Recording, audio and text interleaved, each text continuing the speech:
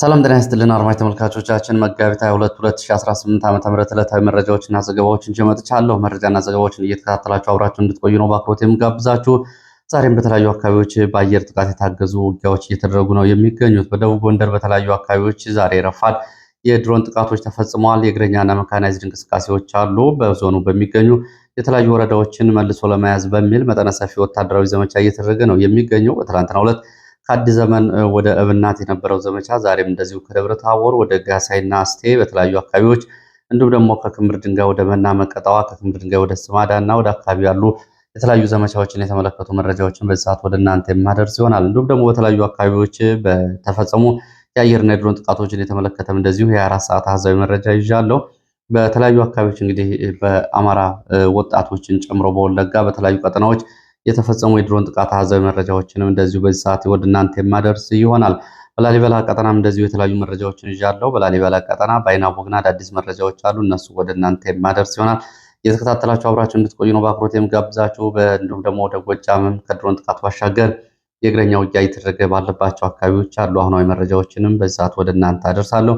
እናንተ እየተከታተላችሁ አብራችሁ እንድትቆዩ ነው በአክብሮት የምጋብዛችሁ። እነዚህን የሀገር ውስጥ መረጃዎች በብዛት ይዣለሁ። አጭር መረጃዎች እንደዚሁ የዓለም መነጋገር የሆነው የመካከለኛው ምስራቅን በተመለከተም እንደዚሁ አዳዲስ መረጃዎች አሉ። በመካከለኛው ምስራቅ የቀጠለው ጦርነት እንግዲህ አንድ ወር አልፎታል። በዚህ ጊዜ ውስጥ እስካሁን ወደ ድርድር ይመጣል ቢባልና የዓለም የነዳጅ ዋጋ ወደ ነበረበት ይመለሳል ቢባልም እስካሁን የተለየ ነገር የለም። ውጥረቶቹ ቀጥለዋል። የኢራን ምክር ቤት በእነሱ አቆጣጠር ከመጋቢት 10 ወዲህ የመጀመሪያውን ዓመታዊ የአዲስ ዓመት ስብሰባ አድርጓል። ካቢኔው በምድር ውስጥ በሚገኝ ዋሻ ነው ስብሰባ ያደረገው። ጥቃቶቹም ቀጥለዋል፣ የአጸፋ ምላሾቹም ቀጥለዋል። እነዚህን ጨምሮ አጫጭር መረጃዎችን ወደ እናንተ አደርሳለሁ። እንግዲህ የያዝኳቸው መረጃዎች አሉ፣ የደረሱኝ አስተያየቶችና ጥቆማዎች አሉ። ጥቆማዎችና አስተያየቶች ተነስቼ አጠቃላይ ምልከታ እንደዚሁ ላስቀምጥ። የመጀመሪያ መረጃና ምልከታ እሱን ነው የማደርገው። ይህም እንግዲህ መሰረታዊ ጥያቄዎችን እያካተተ ምልከታ ነው። በዚህ ምልከታ እንግዲህ በተለይ የአንዳንድ የፋኖ አባላት እጅ ከሰጡ በኋላ የሚደረገውን ፍረጃ እየተመለከተ ነው ምልከታው የሚሆነው። የሚደረገው የአንዳንድ የፋኖ አባላት እጅ ከሰጡ በኋላ በቀድሞ ጓደኞቻቸው የሚደረግባቸው ፍረጃ ትክክል ነው ወይ ወይስ አይደለም የሚለውን ጉዳይ የተመለከተ ምልከታ ነው። ማሳያዎችን በማቅረብ እንግዲህ ጉዳዩ ወደፊትስ እንዴት መያዝ አለበት፣ እንዴት ነው መቀጠል ያለበት የሚለውን ጉዳይ ለማየት መሞከር ያስፈልጋል። እንግዲህ የሚደረጉ ፍረጃዎች ትክክል ናቸው ብለው ያስባሉ ወይ፣ ለውጥስ ያመጣሉ ወይ የሚለው ጉዳይ ነው። እንግዲህ ሁለት አይነት ፍረጃዎች አሉ። አንደኛው ፍረጃ ራሱን ወደ ፋኖ መልሶ የሚተኩስ ፍረጃ አይነቶችን ነው አሁን እነሱን የምንመለከተው። ከዛ ውጭ ወደ እጅ የሰጡና ወደ ብልጽግና የሄዱ የፋኖ አባላት ላይ የተለያዩ የሚቀርቡ ማሳያዎች ካሉ ለሌላው ለህዝብም እንዲሁም ደግሞ ለሌላው ተዋጊ ኃይልም የሚቀርቡ ማስረጃዎች ካሉ እነሱ ፍረጃ ሊባሉ አይችሉም። አንዳንድ ፍረጃዎች ግን አሁን ከሄዱ በኋላ የሚደረጉ ፍረጃዎች ግን ፋኖን ራሱን ትዝብት ውስጥ የሚጥሉ ሆነው ይገኛሉ። እነዚህን እንመልከታቸው። ትላንትና እንግዲህ በተለይ በትላንትና ዕለት እጅ የሰጠው የቀድሞ የላስታ ቀጠና የፋኖ መሪና የፋኖ አባል የነበረው ፋኖ ፍቅሩ ሙልዬን በተመለከተ የተለያዩ አስነዋሪ ድርጊቶችን፣ ወንጀሎች፣ ደረቅ ወንጀሎችን ጨምሮ በርካታ ጥቆማዎችን አድርሳችሁኛል። እንግዲህ ከአካባቢው ከዚህ ቀደም ብሎም ሲደርሱ የነበሩ ናቸው። ከደረሱ ጥቆማዎች መካከል አንደኛው ከዓመት በፊት አጃቢዎቹን በመግደል ለወራት ተሰውሮ ቆይቶ ነበረ። አጃቢዎቹን በመግደል በሰው መግደል እንደዚሁ ሲፈለግ ተሰውሮ ቆይቶ መጥቶ ወደ ፋኖ ተቀላቀለ። ይሄ እንግዲህ ሰው መግደል አስነዋሪ ድርጊት አብሮ የሚታገልን ጓደኛ ወይም ደግሞ አጃቢና ጥበቃ መግደል ወንጀል መሆኑን እንደዚሁ ጥቆማ አድርሳችሁኛል። ሁለተኛው እንደዚሁ ላስታ ሳርዝና ተብሎ የሚጠራ ቀበሌ አንዲት ታዳጊ ልጃገረድን አስገድሎ በመድፈር ወንጀል እንደፈጸመ እንደዚሁ ጥቆማዎችን ልካቸዋል። ሶስተኛው የምርሃና ክርስቶስ አካባቢ ላልኪው ተብሎ በሚጠራ ቦታ በተመሳሳይ እንደዚሁ አስገድሎ መድፈር መፈጸሙን በስም ጭምር የታገዘ ጥቆማ አድርሳቸዋል። አራተኛው እንደዚሁ ገለሶት ተብሎ የሚጠራ አካባቢ ላሊበላ አቅራቢያ ገለሶት ተብሎ የሚጠራ አካባቢ አሰቃቂ ወንጀል ስለመፈጸሙና እናትና ልጅን አስገድዶ ስለመድፈሩ እነዚህ እናትና ልጆች ሕክምና ላይ ስለመሆናቸው የሚገልጹ መረጃዎችና ጥቆማዎችን አድርሳቸዋል። እንግዲህ ይህንን በተመለከተ ይህ ሁሉ ወንጀል ሲሆን ያለበት ይሄ ወንጀል ሁሉ የፈጸመ ሰው ወደ መንግስት እጅ ሲሰጥ ነው ወይ የሁሉ ወንጀል የሚወጣው የሚለውን ጥያቄ ማንሳት ያስፈልጋል። ይሄን ሁሉ ወንጀል የፈጸመ ሰው አሁን ለመንግስት እጅ ባይሰጥ ኑሮ በዚህ ወንጀል አይጠየቅም ወይ? ፋኖስ ይህንን ሁሉ ነው ወይ ይዞ የሚሄደው? እንደዚህ አይነት ወንጀል የፈጸመ ሰው ወንጀሉን በፈጸመበት ጊዜ ለምን በቁጥጥር ስር አልዋለም? በእውነተኛ የፖለቲካ ዓላማና ትግል ያላቸው ፋኖዎች በእንደዚህ አይነት ዘራፊዎች እንዲሁም ደግሞ በተለያዩ ወንጀል በሚፈጽሙ በፋኖ ስም በተደበቁ ሰዎች ለምን ስማቸው ይጠፋል? ለብልጽግና ስለምን ተጋላጭ ፕሮፓጋንዳ እንዲሁ አጸፋ ምላሽ እንዲሰጥባቸው ሁኔታዎች ይመቻቻሉ? ይሄ ጥያቄው ራሱ ፋኖን የሚመለከት ነው። እንደዚህ አይነት ወንጀሎች አሁን የተጠቀሱት ወንጀሎች የመጡ ጥቆማዎች ከዚህ ቀደምም ይሰሙ የነበሩ በዚህ ብቻ አይደለም፣ በሌሎቹም የፋኖ አባል ነን ብለው በሚንቀሳቀሱ ላይም የሚሰሙ ጥቆማዎች በወቅቱ ለምን እርምጃ መውሰድ አልተቻለም? እንደዚህ አይነት ፍረጃዎች ማንን ነው አሁን መልሰው የሚያሳጡት? አሁን ይሄ ሰው ይህን ሲያደርግ ስለነበረ ሄዷል ማለት ይህን ባደረገበት ጊዜ በተጠቀሰው ቦታ ለምንድን ነው እርምጃ ያልተወሰደው? አሁን ስለሄደ ነው ወንጀለኛ የሆነው? እንዲሁም ደግሞ በፋኖ ውስጥ ቢቀጥል ኑሮ ወንጀለኛ አይሆንም ነበረ የሚለው ጉዳይ መነሳት ያለበት ጉዳይ ነው። ይሄ መሰረታዊ ጉዳይ ስለሆነ ነው። ከአሁን በፊት በተደጋጋሚ የሚሄዱ ሰዎች የሚሰጣቸው ፍረጃ እንደዚህ ስለነበሩ፣ ዘራፊ ቀማኛ ስለነበሩ የሚዘርፍና የሚቀማ ሰው ካለ ፋኖ ተብሎ ለምን ይጠራል? በሚሰራው ወንጀል ለምን በቁጥጥር ስር ውሎ አይጠየቅም? የፋኖ የመተዳደሪያ ደንብና ዲሲፕሊኑ ይህንን ለምን አያደርግም? የሚለው እንደዚህ አይነት ጉዳዮች ወደ ማን ተመልሰው ይመጣሉ? ይህ ሁሉ ወንጀል ያለበት ሰው እንግዲህ ለመንግስት እጅ ባይሰጥ ኑሮ አሁን ፋኖ ተብሎ ሊቀጥል ነው ወይ? ፋኖ የውስጥ ህግ የለውም ወይ? ወንጀል የሚፈጽሙ የፋኖ አባላት በፋኖ ስም እስከቀጠሉ ድረስ በወንጀል አይጠየቁም ወይ? የፈለጉትን ያድርጉ ማለት ነው ወይ የሚል ጥያቄ አብሮ ያስነሳል። በህዝብ ትግል ስም እንዲህ አይነት ደረቅ ወንጀል ከግድያ እስከ አስገድዶ መድፈር ወንጀል የሚፈጽሙ እና ወንጀል ያለባቸው ሰዎች ጭራሽ ከመቅጣት በዲሲፕሊን እንደዚሁ እርምጃ ከመውሰድ የኮር አመራር የክፍለ ጦር አዛዥ እያደረጉ መሾም ለእውነተኛ ታጋዮቹ እውነተኛ ዋጋ እየከፈሉ ላሉ ፋኖዎች የፖለቲካ ግብና ዓላማ ላላቸው ፋኖዎች ምንድን ነው የሚፈጥረው የሞራል ስሜት የሚለውም አብሮ መነሳት ያለበት ጉዳይ ነው።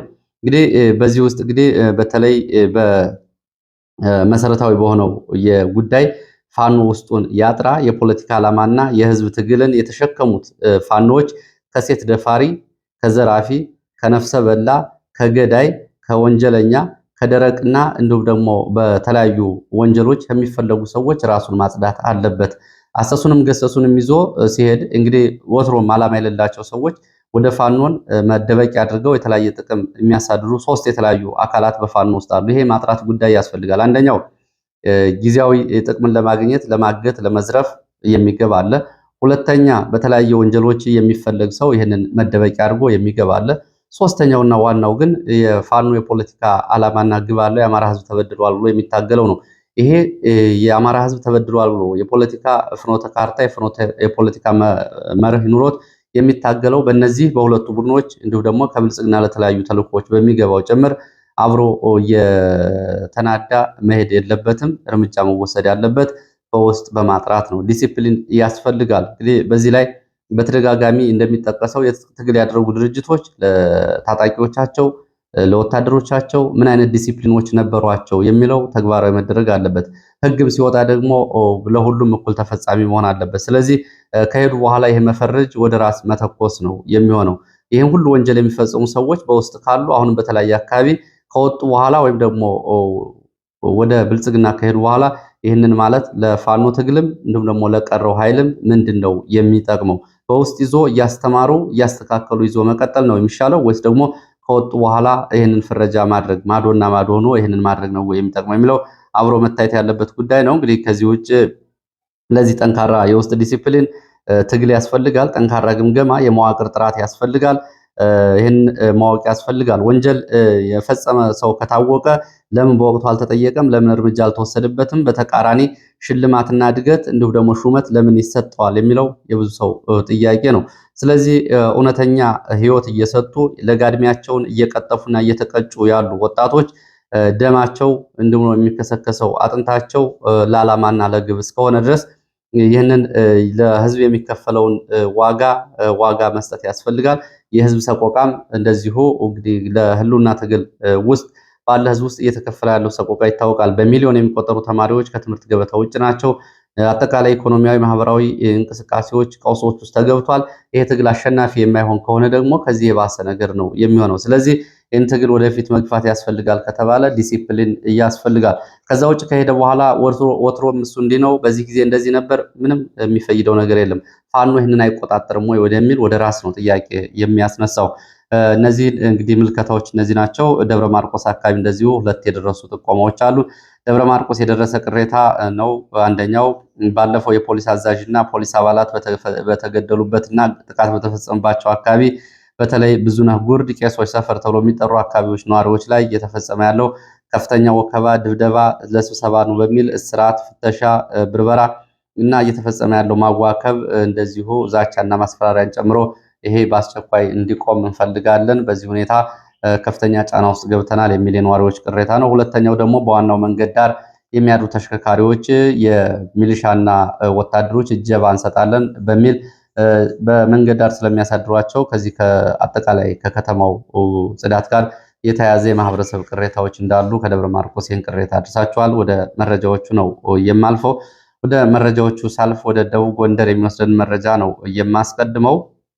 ከደብረ ታቦር ወደ ጋሳይስቴ መከላከያ እግረኛና መካናይዝድ መንቀሳቀሱን ተከትሎ በአካባቢው ውጊያ ተደርጓል። በተለይ ጠጅ ባህራ ተብሎ የሚጠራ ቦታ ከባድ ውጊያ መደረጉን የሚገልጹ መረጃዎች ወጥተዋል። ለሰዓታት የቆየ ውጊያ ነበር የተደረገው። ድሮንም በአየር ላይ በድሮን ማንዣበብ እየታገዘ መከላከያ በእግረኛና በመካናይዝድ በዙ 23 በሞርተር በድሽቃ ነው እንግዲህ ውጊያ እያደረገ ያለው። በዚህም መከላከያ ወደ መካነ ኢየሱስ ከተማ ከ2 ወራት በኋላ ተመልሶ መግባቱን የሚገልጹ መረጃዎች ወጥተዋል። ድሮኖቹ ኃይል ለማስከፈትና ፋኖን በድሮን ለመበተን በሚል ድሮኖች በአየር ላይ እያንዣበቡ ይገኛሉ ብለዋል። ይሄ አዲስ የጦርነት ስልት ሆኖ እግረኛ ዘመቻ ይህን ያደርጋል። በአየር ላይ ደግሞ ድሮኖች ያንዣብባሉ። ከማንዣበብ ባለፈ እንደዚሁ ጥቃቶችንም በተከታታይ ይፈጽማሉ። ዛሬ እንደዚሁ እስቴ ገና መምቻ ተብሎ የሚጠራ ቦታ የድሮን ጥቃት ተፈጽሟል። ዛሬ ረፋድ ላይ በድሮን ጥቃት እንደዚሁ የደረሰው ጉዳት በውል አልታወቀም። እግረኛ ዘመቻ እያደረገ ባለበት ሰዓት በአየር ጥቃትም እንደዚሁ ተፈጽሟል። ከድሮን ጥቃት ጋር በተያያዘ ወደ ታች ያስኳቸውን መረጃዎች ይዤ የምመለስ ይሆናል። የብናት ከአዲስ ዘመን፣ ቦረን መስክ፣ ብርኩቴ፣ አባሻማ፣ ዛና፣ አርሴማ ተብሎ የሚጠሩት አካባቢዎች ተከታታይ ውጊያዎች ከተደረገ በኋላ መሻሹ መከላከያ ወደ እብናት ከተማ ስለመግባቱ የሚገልጹ መረጃዎች ወጥተዋል። ዛሬም እንደዚሁ ከጉና ክምር ድንጋይ ወደ ጉና ክምር ድንጋይ ደራ መና መቀጠዋ የድሮን ቅኝትና አሰሳ እየተደረገ መሆኑን የሚገልጹ መረጃዎች ወጥተዋል። ትላንትና ደራ ወረዳ ሰኔ ማርያም ተብሎ የሚጠራ ቦታ እንደዚሁ በተፈጸሙ የድሮን ጥቃቶች ጉዳቶች መድረሳቸው ነው የተገለጸው። ዛሬ ከክምር ድንጋይ ወደ መና መቀጠዋ ተጨማሪ ኃይል እግረኛ እና መካናይዝድ እየተንቀሳቀሰ ስለመሆኑ እዚሁ ደብረ ታቦር ቀጠና ከወጡ መረጃዎች ለመመልከት ተችሏል።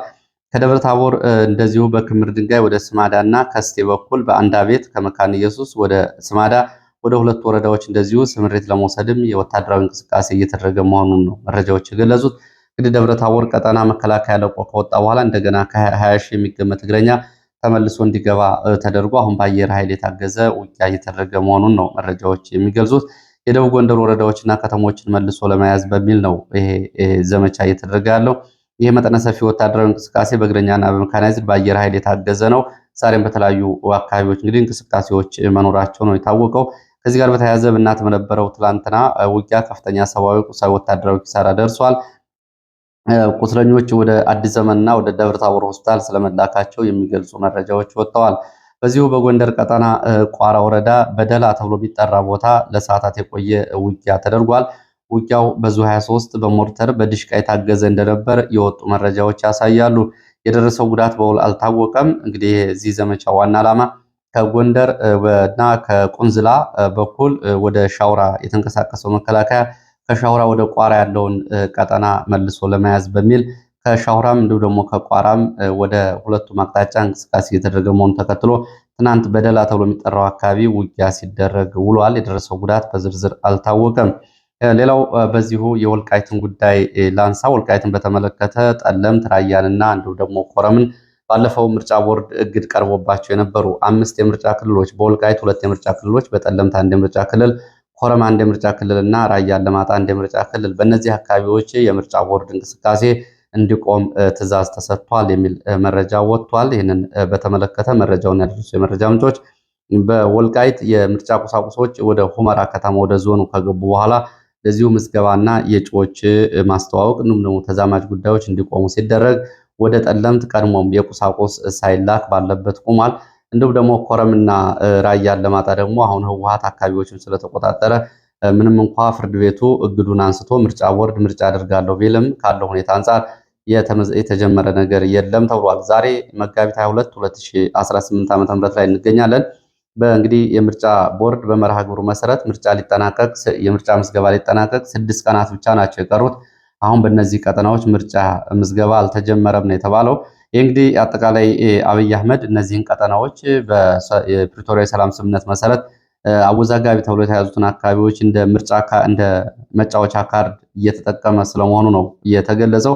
በወልቃይት ምርጫ ምዝገባ እንዳይደረግ ባለበት እንዲቆም ወልቃይትንም ጠለምትንም ጨምሮ ከብልጽግና ለምርጫ ቦርድ ትዕዛዝ ተሰጥቷል ነው የተባለው። ምርጫ ቦርድ ፍርድ ቤቱ እግዱን ካነሳ በኋላ ከብልጽግና የመጣለት ትዕዛዝ ባለበት ይቆይ የሚል ነው። የምርጫ ቁሳቁስ እንዳያስገባ የምርጫ ምዝገባ እንዳይደረግ በተቀመጠው መርሃ ግብር መሰረት ይህ እንዳይከናወን ለምርጫ ቦርድ ትዕዛዝ ተሰጥቷል። ሂደቱ ቆሟል። ምርጫ ምዝገባ ሊጠናቀቅ 6 ቀናት ቀርተውታል። ኮረም፣ ራያ፣ ወልቃይት፣ ጠለምት እስካሁን ምንም አይነት የተደረገ የምርጫ እንቅስቃሴ የለም። ይህ እንግዲህ የምርጫ ሂደቱን በተመለከተ ይሄ ጉዳይ በተመለከተ የተለያዩ ጉዳዮችን ከጀርባ የመረጃ ምንጮች ገልጸዋል። ምርጫ ቦርድ አካባቢ በጉዳዩ ላይ የተጠየቁ ሰዎች ሆልድ አድርጉ ወይም ደግሞ ባለበት ይቁም ተብለናል የሚል ነው። ማን እንዳላቸውም እንደዚሁ ትዕዛዝ አልሰጡም። ምርጫ ቦርድ እንግዲህ ፍርድ ቤቱ እግዱን ካነሳ በኋላ መብት ቢኖረውም አሁን ብልጽግና በአዘዘው መሰረት ይሄ እንዲቆም ተብሏል። እንዲሁም ደግሞ በወልቃይት በጠለምት በኩል ያሉ የአካባቢው አስተዳዳሪዎች ደግሞ ጥያቄ ጠይቀን እዚህ ግባ የሚባል ምላሽ አልተገኘም ነው ያሉት። ሌሎች የመረጃ ምንጮች እንግዲህ በዚህ ጉዳይ ላይ አብይ አህመድ፣ ጌታቸው ረዳና ጻድቃን ገብረትንሳይ በጉዳዩ ላይ ከተነጋገሩ በኋላ አብይ አህመድ ነው ይህንን ለምርጫ ቦርድ ትዕዛዝ ያስተላለፈው ብለዋል። እንግዲህ የሀገሪቱ አጠቃላይ ስልጣን እንዲሁም ደግሞ አሰራሮች፣ ህጎች በሙሉ ተጥሰው በአብይ አህመድ እጅ ውስጥ ነው ሁሉም ነገር ያለው። ፍርድ ቤት ወሰነ፣ እንዲሁም ደግሞ ምርጫ ቦርድና ፌዴሬሽን ምክር ቤት መጀመሪያም ይህን አሳወቁ፣ እግዱ ተነሳ። ምርጫ ቦርድ እንቅስቃሴ ሲያደርግ እንደገና ደግሞ ከህግ በላይ በሆነ ሁኔታ በአብይ አህመድ ትዕዛዝ ይሄ እንዲቆም ተደረገ። እንግዲህ አብይ አህመድ ይህንን እያደረገው አሁን ከነጻድቃንና ከነጌታቸው ረዳ ጋር በገባው የፖለቲካ ኮንትራት መሰረት በዚህ አካባቢ ምርጫ የሚደረግ ከሆነ እነጌታቸው ረዳና እነጻድቃን የፖለቲካ ተቀባይነታቸው በትግራይ ያከትማል፣ ያልቃል። ስለዚህ ከነደብረ ጽዮን ጋር የገቡትን ሽኩቻና ትከሻ ለትከሻ የሆነ የኃይል ሚዛን እንዲጠብቁ በወልቃይት አካባቢ የተወሰነው የፍርድ ቤት ውሳኔ፣ የምርጫ ቦርድና የፌዴሬሽን ምክር ቤት ውሳኔ እንዲቆም እና አብይ አህመድ ከነጻድቃን ጋር ተነጋግረው ይህን ያደረጉት ነው የተባለው። እንግዲህ ይህ ጉዳይ ወደ የት ይሄዳል የሚለው አብሮ የሚታይ ቢሆንም ያው እንግዲህ ኦህዴድ ወልቃይትን፣ ጠለምትን፣ ኮረምን እና ራያ አላማጣ የመሳሰሉትን አካባቢዎች ወደ ትግራይም እንዳይሆኑ ወደ አማራም እንዳይሆኑ መሰረታዊ የማሳመኛ ጥያቄዎች ቢኖሩም የህዝብ ጥያቄ እንዳይፈታ በሁለቱም አካባቢ የፖለቲካ ሚዛንና ካርድ አድርጎ የመቆየት ፍላጎቱን ነው ይሄ የሚያሳየው። እንግዲህ ከ35 ዓመታት በኋላ አካባቢዎቹ በህወሓት በኃይል ከተያዙበት 1983 ዓመተ ምህረት ቀደም ብሎም የተያዙ አካባቢዎች አሉ በትጥቅ ትግሉ። ከዛ በኋላ 87 ዓመተ ምህረት ከተደረገው ምርጫ ወዲህ አካባቢዎቹ ከትግራይ ምክር ቤት በመውጣት ከትግራይ ተወካዮች ምክር ቤት በመውጣት ራሳቸውን ችለው ለምርጫ ቦርድ እጩዎችን እንዲያቀርቡ የተወሰነው ውሳኔ እንግዲህ ከማንነት ጥያቄዎች አንጻር አንድ ግማሽ እርምጃ እንደሆነ ተደርጎ ሲታይ የቆየ ቢሆንም አሁን እንግዲህ ይህ ጉዳይ ታጥፎ የመጫወቻ ካርዱ እንደገና ደግሞ ለነ ደብረ ጽዮንና ለነ ጌታቸው የፖለቲካ ፍትጊያና የፖለቲካ ሽሚያ ሚዛን ማስጠበቂያ እንዲሆን ጉዳዩ ነጻድቃንን እና እነጌታቸውን ለመጠበቅ በሚል ባለበት እንደቆመ ነው የታወቀው። በጣም የሚገርመው ይላሉ የመረጃ ምንጮቻችን፣ የሚገርመው በዚህ ጉዳይ ላይ የአማራ ብልጽግና የሚባሉት ከፌዴሬሽን ምክር ቤት ጀምሮ እስከ አማራ ክልል ድረስ ያሉት በጉዳዩ ላይ እስካሁን ድረስ የሚያውቁት ነገር የለም። ይህም ጉዳይ ጌታቸው ረዳ፣ ጻድቃንና አብይ አህመድ ናቸው የያዙት። ሌላ የሚያውቅ ነገር የለም። ወደ እነሱም ገብተው ጉዳዩን ለመጠየቅ እንኳ የሞከሩ ሰዎች እነሱም እንዳላወቁ ነው የተገለጸው። ይህ እንግዲህ የሚያሳየው ያው የአማራ ብልጽግና የሚባለው እና አብይ አህመድ ሲፈልጉ የሚናገሩትን ሳይፈልጉ ደግሞ የሚሰበስቡትን መስሎ የሚኖር እንጂ የራሱ የሚያስከብረው ጥቅምም እንዲሁም ደግሞ ስለ ጉዳዮች እንኳ ግልጽነት የለውም። እንግዲህ አማራን የሚያክል ህዝብ ወክሏል ተብሎ በእነሱ ስር ያለው የተመስገን ጥሩነህ የአማራ ብልጽግና አብይ አህመድ የሚወስናቸውን ውሳኔዎች እንኳ የመስማት እድል እንኳ የለውም። እንደ ማህበራዊ ሚዲያ የማህበራዊ ሚዲያ ገጾች እንኳ የመስማት እድል የለውም። እኩል ነው ከሚዲያ እየሰሙ ያሉት እና እየሆነ ያለው ነገር ይሄ ነው። ለማንኛውም እንግዲህ ተከታታይ መረጃዎች በዚህ ጉዳይ ይኖራሉ። እነሱም ወደ እናንተ አደርሳለሁ። ወደ ላስታ ቀጠና የሚወስደን መረጃ አስከትላለሁ። በላስታ ቀጠና ካይና ቡግና ቋሮ የተባለው ቀጠና ስምሬት ላይ በነበረ እግረኛ ሰራዊት ላይ በተፈጸመ ድንገተኛ የደፈጣ ጥቃት ወታደራዊ፣ ሰብአዊ፣ ቁሳዊ ኪሳራ ደርሷል። በውጊያው የቲም መሪን ጨምሮ ቁጥራቸው ያልታወቁ ወታደሮች ሙትና ቁስለኛ ሲሆኑ የነፍስ ወከፍ መሳሪያዎች እንደዚሁ በፋኖች ገብተዋል ነው የተባለው። ላሊበላ አቅራቢያ እንግዲህ ትላንትና በላሊበላ አቅራቢያ ፍቅሩ እጅ ከሰጡ በኋላ በላሊበላ ከተማ የብልጽግና የአካባቢው ካድሬዎች፣ ወታደራዊ አዛዦች፣ የሚሊሻ ኮማንደሮች እና የፖሊስ አዛዦች አንድ ላይ ተሰባስበው በደስታ ቤት አዘግተው እንግዲህ ያው ውስኪውንም ቢራውንም እያሉ ነበር ተብሏል። እነሱ ይህንን ደስታቸውን እየገለጹ ባሉበት ሰዓት ብልባላ ተብሎ ከሚጠራው ከተማ አቅራቢያ የሚገኝ የሚሊሻ ካምፕ ላይ ፋኖ በመግባት ቁጥራቸው ያልታወቁ የሚሊሻ አባላትን አፍኖ ይዞ ወስዷል።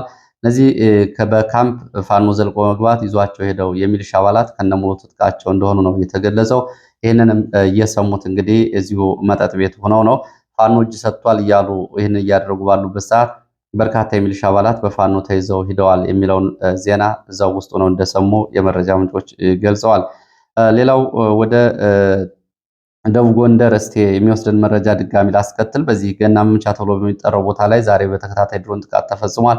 በድሮን ጥቃቱ የደረሰው ጉዳት አልታወቀም። በ24 ሰዓታት የደረሱ የድሮን ጥቃት መረጃዎችን በተመለከተ በጎንደር ደራ እስቴን ጨምሮ 7 ጊዜ የድሮን ጥቃቶች ተፈጽመዋል። ከነዚህ ውስጥ እንግዲህ አንዱ በተሽከርካሪ ላይ የተፈጸመ የድሮን ጥቃት ነው። ጎጃም እንደዚሁ የድሮን ጥቃቶች ተፈጽመዋል። ተጨማሪም እንደዚሁ የሚግ ጥቃት በጀት ማለት ነው ተዋጊ ጀት ጥቃት ተፈጽሟል። 4 ጊዜ የአየርና የድሮን ጥቃት ተፈጽሟል። ወለጋ እንደዚሁ 8 ጊዜ የድሮን ጥቃቶች ተፈጽመዋል። በድምሩ 19 ጊዜ በ24 ሰዓታት የድሮን ጥቃቶች ተፈጽመዋል። ይሄ ሁሉ እንግዲህ ድሮን ጥቃት እየተፈጸመ ያለው በወለጋም፣ በጎንደርም፣ በጎጃም በሁሉም በአማራ መኖሪያ አካባቢዎች ላይ ነው እየተፈጸመ ያለው። እንግዲህ በ24 ሰዓት ያን ያክል የድሮን ጥቃት እየተፈጸመ ባለበት ሰዓት እንግዲህ ኢራን ወደ እስራኤል 10 ድሮን ስትተኩስ ዓለም ትኩረት የሚሰጠው እና ሚዲያው የሚያራግበው ጉዳይ በአማራ ላይ ግን ይህን ያክል የድሮንና የአየር ድብደባ በ24 ሰዓት እየተፈጸመ እስካሁን ድረስ ትኩረት አልተሰጠውም። ለምን ትኩረት አልተሰጠውም የሚሉ ጥያቄዎች ይነሱ ከተባለ ጉዳዩ ባለቤቱ ያቀለለውን አሞሌ ባለዳ አይቀበለውም ነው። በዚህ ጉዳይ ላይ እንግዲህ ማን ነው ይህንን ቢያንስ እየተፈጸመ ያለውን የድሮን ጥቃት እያቀረበ ያለው? አሁን ጉዳዩ ወደ መደበኛ ሁኔታ ተለውጧል። ሁሉም ሰው ረስቶታል። ሁሉም ሰው ለምዶታል። የድሮን ድብደባ፣ የአየር ድብደባዎች አሁን ተለምደዋል። ከዕለታዊ የጆሮ መረጃ የመሆን ባሻገር ስላላቸው አጠቃላይ ሁኔታ እንኳ ዝርዝር መረጃዎች የተሰበሰቡ አይደለም። ወደ ደጋዳሞት የሚወስድን መረጃ ላስከትል። ደጋዳሞት ፈረስ ቤት ከተማ አቅራቢያ በተለያዩ ግንባሮች በተደረገ ውጊያ ሰብአዊ፣ ቁሳዊና ወታደራዊ ኪሳራ ደርሷል። ሁሉ ሳይ፣ አጋሜ ዮሐንስ፣ ቴሌ ታወር አፋፍ ተብሎ የሚጠሩት አካባቢዎች በ3 ግንባሮች ውጊያ ተደርጓል። የዚህ ውጊያ መነሻ ከፈረስ ቤት ወደ ደማ ማርቆስ ስምሪት የወሰደ የእግረኛና የመካናይዝድ ኃይል ወደ አካባቢ መንቀሳቀሱን ተከትሎ ነው ውጊያ የተቀሰቀሰው። በተደረገው ውጊያ እንደዚሁ የደረሰው ጉዳት በውል አልታወቀም። ዝቋላ ተብሎ የሚጠራ አካባቢ ተመሳሳይ ውጊያ ተደርጓል። በሁሉም ግንባሮች በነበሩ ውጊያዎች የደረሱ ዝርዝር ጉዳቶች በውል አልታወቁም።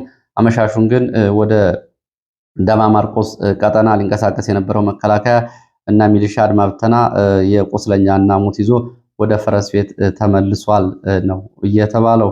ወደ መካከለኛው ምስራቅ አጫጭር መረጃዎች ስንሄድ መካከለኛው ምስራቅ አሜሪካ ምድር ደርማሽ የተባሉና ምሽግ ደርማሽ የተባሉ ግዙፍ ቦምቦችን በኢራን የተለያዩ ከተሞች ስታራግፍ ነው ያደረችው። በዚህ በተለይ አስፋያን ተብላ የምትጠራው ከተማ ከፍተኛ ውድመት ደርሶባታል ነው እየተባለው። በቴህራን ዛሬም በጨለማ ውስጥ ነች። የኢራን ዋና ከተማ ቴህራን ዛሬም በጨለማ ውስጥ ነች። በኤሌክትሪክ እና በኢነርጂ ማዕከላት ላይ በተፈጸሙ ጥቃቶች መብራትና ኤሌክትሪክ አገልግሎት ሙሉ በሙሉ ተቋርጧል። ኢራን ከአሜሪካ ጋር ምንም አይነት ድርድር አልጀመርኩም፣ እየተደረገ ያለ ድርድርም የለም ብላለች። የኢራን ምክር ቤትም እንደዚሁ የፋርስ የዘመን አቆጣጠር ከመጣ ከባለፈው መጋቢት 10 ወዲህ አሁን የመጀመሪያውን የምክር ቤት ስብሰባ አድርጓል። የኢራን አስተዳደር ካቢኔው ስብሰባውን ያደረገው እንደ ወትሮ በቤተ መንግስት ሳይሆን በምድር ውስጥ በሚገኙ ዋሻዎች ነው። ይሄ ደግሞ ከሞሳድ እና ከሲአይኤ የሚሳይልና የድሮን ጥቃቶች ራሳቸውን ለመጠበቅ ነው። ትራምፕ የኢራንን ቁልፍ የነዳጅ ማዕከል ሀርግ ደሴትን ለመቆጣጠር ጥቂት ቀርቶናል ብለዋል። ይህም እንግዲህ አነጋጋሪ የሆነ ጉዳይ ነው። የእስራኤሉ ጠቅላይ ሚኒስትር ኔታንያሁ የኢራንን ጦርነት ግማሽ ተገባዷል፣ ጦርነቱ ከውስጥ በኢራናውያን በራሳቸው የኢራን እስላማዊ መንግስትን እንዲወድቅ ያደርገዋል የሚል አስተያየት ሰጥተዋል። ስፔን የኢራንን ጦርነት እና በመቃወም እስራኤልና አሜሪካን እያወገዘች ነው የምትገኘው። ሁለቱ ሀገራት ግድ የለሽ ወፈፊዎች ብለዋል የስፔኑ መሪ።